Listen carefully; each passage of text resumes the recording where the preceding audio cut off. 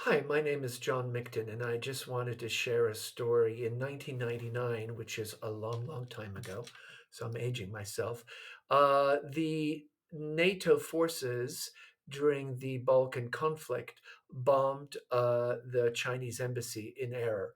And at that time, I was at the Western Academy of Beijing, and we were then warned by the different embassies that we would very likely have to remain in our apartments because there were going to be some demonstrations. And I think, if I remember correctly, some of them were quite choreographed, more posturing than actual honest demonstrations.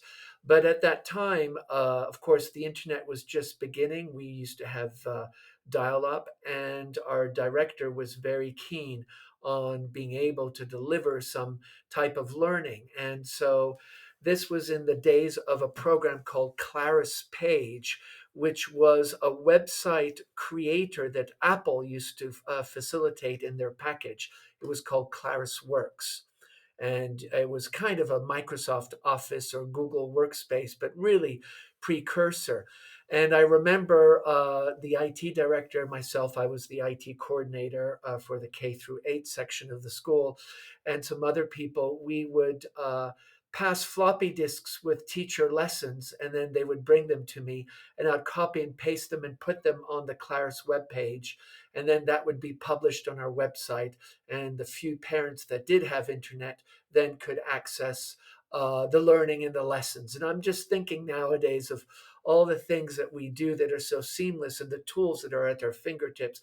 And those days that I remember, people were passing floppy disks up and down. Most of us lived in a, not a compound, but a building.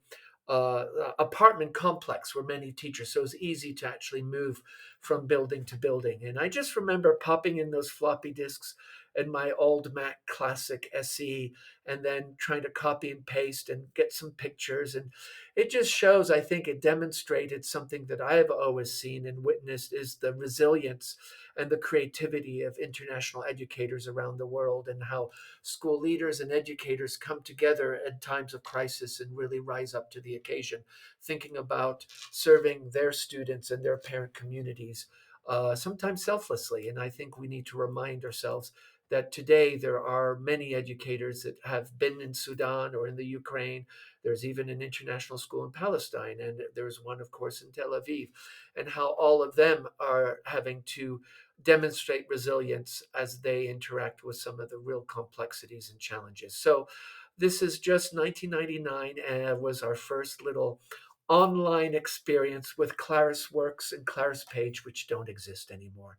So, that's my short story.